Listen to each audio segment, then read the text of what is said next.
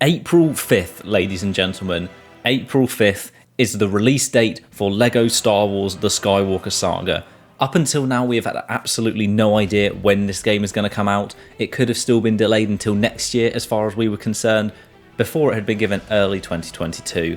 But with its track record of being delayed, for good reason, they've clearly been putting a lot of effort into making this game as good as possible, and it has shown in this gameplay overview. But for all we knew, the game could have still been pushed a lot further back into later this year or into early next year if it was necessary. But it is not. We are getting the game on April 5th this year, which is just 75 days away. And we were given a really solid look at the game, snippets of gameplay for most of the classes, and yes, they feature many different classes in this game. The new combat, the traversal, the many planets that we can visit and completely free roam around. So I'm going to break down what we saw so that you can see every single bit of gameplay possible for the Skywalker Saga. But first off, the gameplay itself features brand new combat where you can combine saber strikes with force abilities and abilities like a grapple to defeat enemies, and those enemies now have a health bar above their heads, as well as numbers appearing to tell you how much damage your attacks are doing. Very similar to an RPG, it's like what Assassin's Creed have done, and so many more RPGs before it. And I personally hope that this can be turned off in the menu, because none of my memories of playing LEGO Star Wars have featured health bars, although I don't have a problem with that. But the numbers coming out with your attacks, I understand it's helpful as you upgrade your character to see how much more damage you're doing, but it would also be nice if that's an option to not have those numbers show, just to help with the immersion a bit. The blaster gameplay reminds me a lot of the Officer in Battlefront 2, and it seemed to be single fire rather than automatic, but we only saw glimpses of pistols being used here, so don't take my word for it. We get a glimpse of Finn with a rifle on the side of a Star Destroyer, but we don't see him fire it, he simply goes into cover. And there's a lot more freedom rather than the sections in The Force Awakens, which was just a shooting gallery. You can completely move around as you like throughout the mission area. The enemies you're coming up against, they can also block attacks, but in the clip shown, Poe gets past that by launching a trooper into the air, which reminded me of certain enemies in Insomniac's Spider-Man. They would block any attacks from the front or from behind, but once you launch them into the air, you could get free hits on them. And there is a combo counter, but it wasn't clear what that builds to, but I would expect that to be to an ability or a finisher being used. And the Force can be used for puzzles, lifting objects to reach new sections of the map, and it can also be used to influence enemies or simply NPCs, like this example was a Bantha, who you could use as a distraction. You could take control of it, or you could simply just cause mass panic in the nearby area, which I guess would clear the path for you to just walk through the front door. For the free roaming, you are going to unlock planets progressively by playing through the episodes, so not every planet will be accessible from the beginning. I wouldn't expect Mustafar to be there from the start because it features in episode 3. Same goes for Endor and Exegol. They were only in the films that capped off their respective trilogy, so you wouldn't be expecting to go free roam them while you've only got characters from episode 1, 4 or 7.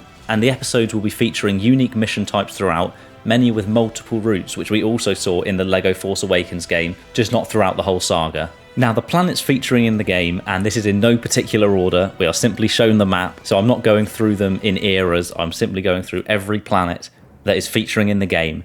And we'll start with Ajan Kloss. We've then got Exegol, Coruscant, Yavin 4, Cantonica, which could possibly be Canto Bight, I'm not sure what planet that is, Kajimi, Kashyyyk, Jakku, Acto, Kefbir, Takodana, Pasana, Geonosis, Kamino, Tatooine, Naboo, Crate, Bespin, Endor, Hoth, Mustafar, Dagobah, Utapau, which is amazing, and finally we've got Dakar. So if you were worrying that there wouldn't be enough content in this and that it would just be playing through the stories of each episode, any of your worries are completely put aside by this. There are so many planets, and from what we can see, they are extremely detailed and will be amazing to look around. The graphics look amazing in this, I haven't mentioned that yet, but my god does this game look good. Not even just on the standards of a LEGO game, on the standards of games, this looks great. Now when travelling into a planet's atmosphere, you might find yourself in a starfighter encounter and have to blast your way out of it, otherwise you can decide a sector of the planet to land on,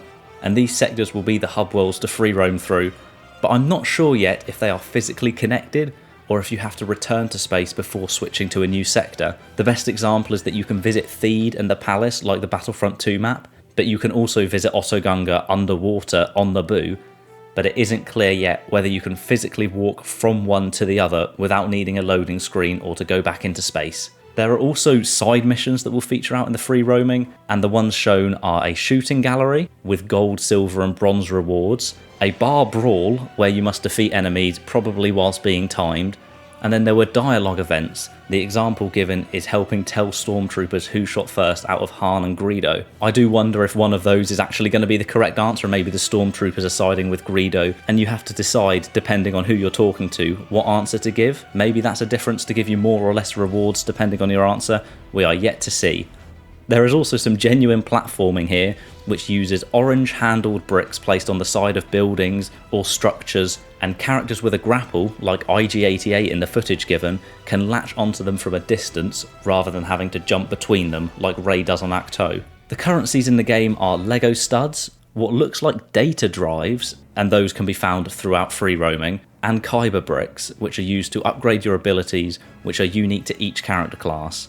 These types are Jedi, Hero, Scavenger, one of whose abilities was shown as a climbing net launcher, the Scoundrel, which an ability was finding weak spots for your blaster to do huge damage, a Bounty Hunter with stun grenades as an example, the Villain, the Dark Side, the Astromech droid, and the Protocol droid like C-3PO, who is shown detaching his top half from his bottom half to climb through a vent. And it's not a LEGO game without some extra features in the menu, and while we have not seen all of them, at the end of the video we are shown that Mumble mode is included, which can be switched on in the menu at any time and will feature in every single cutscene in the game if you would prefer. But they also showed many other features briefly without an example or a description. Those are stud multipliers, a super gonk droid, porg companions, baguette lightsabers, which would be amazing, galaxy rave, television mode, hologram mode, retro mode, gonk civilians, mumble mode, comedy weapons, rainbow effects and cantina music, and those are just the extras shown in literally a 2-second clip, so there will be plenty more to find in the game, and they can be purchased by using studs or the data drives. And that is everything that I have to break down from this trailer. If I've missed anything, do let me know, but there is so much that we've been shown now, and the wait has absolutely been worth it because the game looks in such high quality. There aren't going to be any problems at launch, I hope. It's a single player game, so you wouldn't expect too many bugs, and with the amount of time that they've clearly put into it, this game will turn out, I'm almost certain of it, to be amazing. And as I said, it's only 75 days away, April 5th, 2022. So leave a like if you enjoyed this video, leave a comment letting me know, out of the 3 eras, you have to choose between episode 1, 4 or 7 to begin playing through the story. Which era are you going to go for? Are you going to start with The Phantom Menace? Do you want to go from A New Hope? Or do you want to go from The Force Awakens so that you can play through some missions that we've never seen before in episode 8 and 9? Let me know, subscribe if you enjoyed, and hopefully I will see you next time.